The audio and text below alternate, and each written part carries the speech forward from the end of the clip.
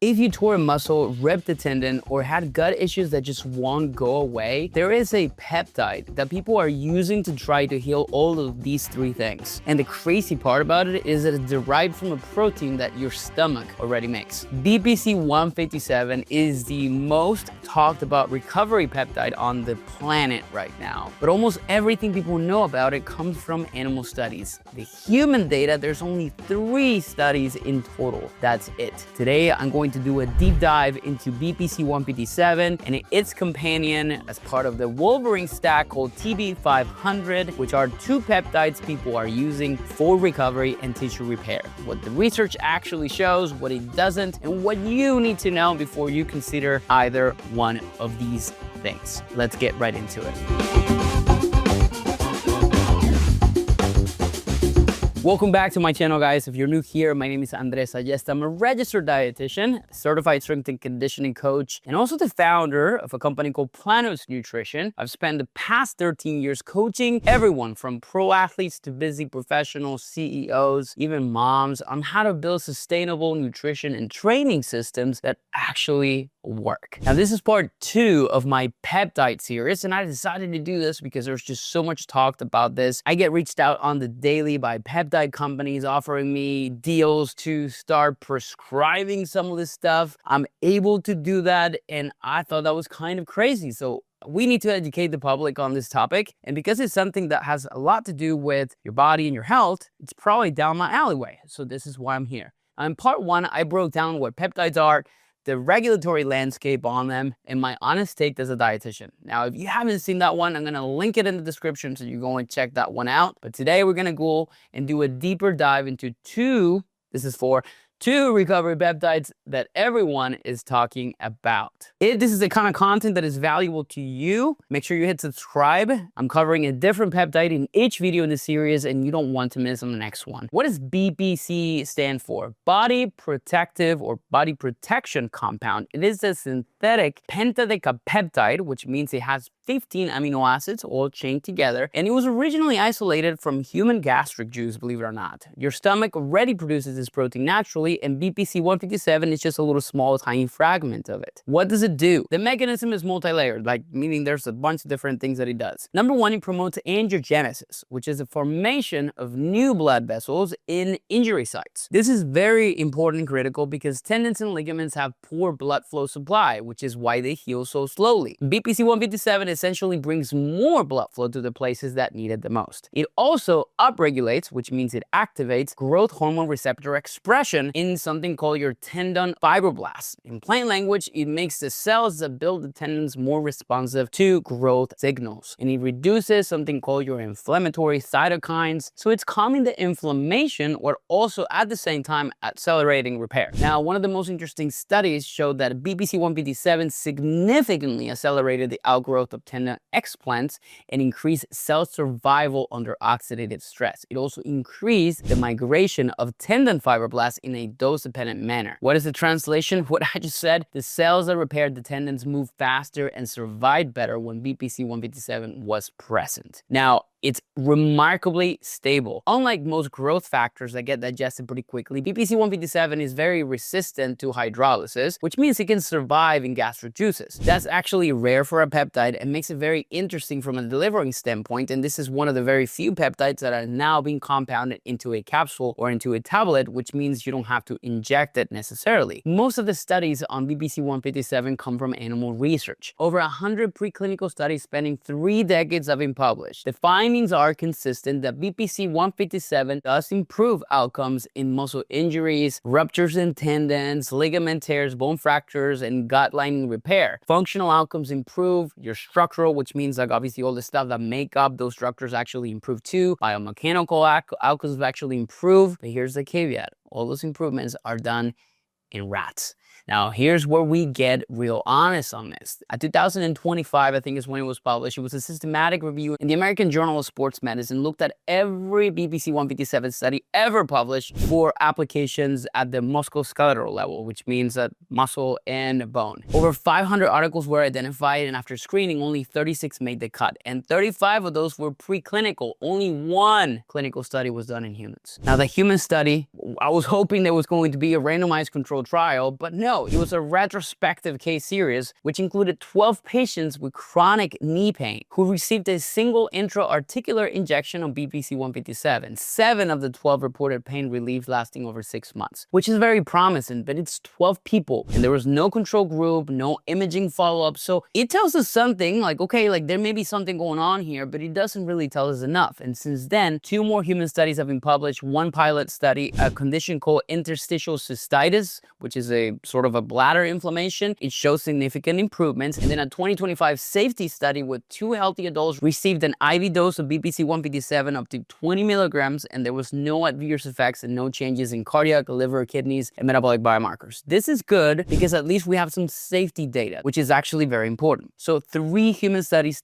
total, roughly 30 participants across all of them, no adverse events reported, short-term tolerance looks pretty acceptable, but again, we have 0 long-term safety data, 0 information on drug interactions, cancer concerns around angiogenesis, which we're gonna get a little bit into the next peptide in a second and talk about that, which is important. So there's a bunch of stuff that has not been addressed in humans. So you have to be wary about this stuff when you're injecting it into your body, even though it's showing a bunch of really good stuff in rats. Let's switch gears now into TB-500. This is a fragment, a naturally occurring protein called thymosin beta-4, and your body produces this already in high concentrations at the sites of tissue damage. TB-500 is a synthetic version that was designed to mimic that repair signal that you want in those tissues. BPC-157 is about bringing blood flow to the injury and common inflammation. Now, TB-500 works a little bit differently. Its primary mechanism is promoting cell migration. When you have an injury, the cells that need to repair the damage have to physically travel to the site. Imagine like there is a power line that goes down. Like you have to have workers that travel to that specific site. It sends a better signal to the workers to go and fix the power lines that were down. In this case, it tells the repair cells, hey, go and get there faster. It also has anti-inflammatory properties. It promotes new blood cell formation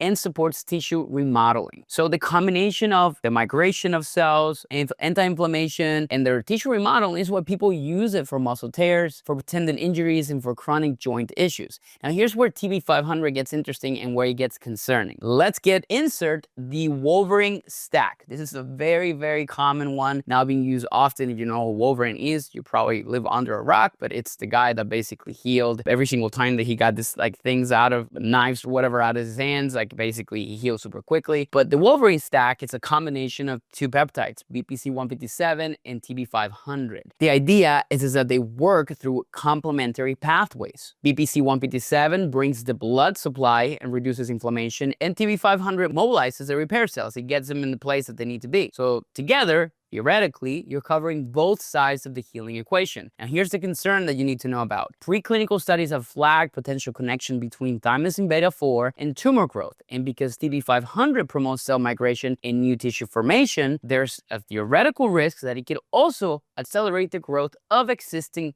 tumors. Now, this has been observed in animal models. It has not been studied in humans in this context, but still, it's something you have to pay attention to. It does not mean that TB-500 causes cancer. It just means that if you have an existed malignancy or a genetic predisposition for tumor growth, promoting broad cell growth and migration is something that you definitely have to take seriously. This is why medical oversight is so important, and this is why you don't self-prescribe peptides based on a Reddit thread. Please don't do that. So how do you think about these two? BPC-157 is the more studied of the two, over 100 preclinical studies, only 3 are human, and its strength is gut healing, tendon and ligament repair, and anti-inflammation. The primary concern is long-term safety data and the angiogenesis question, because you are creating new cells, you're producing more things. And again, cancer is the production, the uncontrolled production of new cells, so you have to always be careful. TB-500 is less studied, but has a unique mechanism around cell migration. Its strength, it's very broad tissue repair. Now, the primary issue is the tumor growth flag from animal models. So together as a Wolverine stack, they basically cover complementary pathways, but also theoretically is doing a lot of heavy lifting in that sentence. Now, the combination has not been studied in clinical clinical or controlled human trials, so be careful. People are using it, clinicians are prescribing it, but the evidence is animal-based and anecdotal. Here's my personal take. If you're working with a qualified physician or a licensed medical professional who understands your health history, your labs, your specific injury, also they understand how peptides work and longevity medicine and all different things like that, it's not just pseudoscience. This is a conversation that may be worth having. Now, if you're buying the stuff from a website because an influencer told you that you should do that, that's not a system. That is a gamble, my friend. And trust me, as a person who's tried peptides way before people were talking about them, I'm talking 2018, and who had tachycardia as a result of taking something from one of those research-only peptide websites, that's a major gamble, and I'm not willing to take that and risk myself again. So here's what I want you to walk away with. Peptides are tools, they're not the foundation. BPC-157 and TB-500 may support recovery, and they may accelerate healing, but they don't work in a vacuum. I have heard friends and people that I know have done this stuff, and they do say, wow, this is honestly amazing. So I'm not telling you that you shouldn't do that. It's not about creating fear, it's about being careful, because, well, what's the point of curing an injury that you have if at the end of the day, this may be something that is accelerating tumor growth, for example? You wouldn't want to take that risk. So you have to be careful. Now, here's the thing. If your nutrition has no structure and you're not doing all the right things that you need to do to be able to support recovery, especially during injury, you don't have a calorie target, you don't really know where you're getting protein or not, no feedback loop, a recovery peptide isn't going to fix that. If you're sleeping 5 hours a night and training 6 days a week with no deload strategy, the problem isn't your peptide stack. It's probably your personal operating system, and you need to probably lay low a little bit. The people that I see are getting real results with peptides are the ones who already established their foundation locked. And I have clients who are on peptides, not prescribed by me, but they're working with doctors who have put them on there, and man, they crush your goals and they're doing amazing because their nutrition is dialed, their training is progressive, their sleep is protected, and the peptides just simply become the multiplier, not the replacement. That is the difference between using a tool and hoping for a shortcut. Now, if this video was helpful to you, do me a huge favor, hit that like button, hit subscribe. It genuinely helps the channel grow, and it helps more people see content that's based on evidence, not on hype. I linked all the studies and all the resources and all the things that I referenced in the description. Make sure you check them out if you want to see the receipts. And of course, drop a comment and tell me if you've used BPC-157, what's been your story, what has been your feedback, have you used TB-500, the Wolverine stack? Tell me about your experience. I read every single one of your comments, and I want to hear what you've seen firsthand. Next in the series, part 3, I'm gonna do a deep dive into CGC 1295 and epamorelin. These are growth hormones, secretagogues. They're usually stacked together. We're going to talk about how they work, the dosing protocols, what the evidence actually support, and who should and shouldn't consider it. So make sure you subscribe if you don't want to miss that one. And one more thing, if you watch this whole video and you're someone who wants to figure out whether your nutrition foundation is actually in place before you start thinking about peptides or any other optimization tool, I put together a free 3-day food audit. You track your food for 3 days. I personally review it. Actually, even give you access to my to a Chronometer Gold membership for 3 days. I send you a detailed report telling you exactly where the gaps are and a plan of action that you can follow. There's a link below so you can go and fill out a form to do it. Please, this is for serious people only. It takes real effort to do that part of it. So don't just apply for it and not even do the work. I'll see you in part 3. Take care.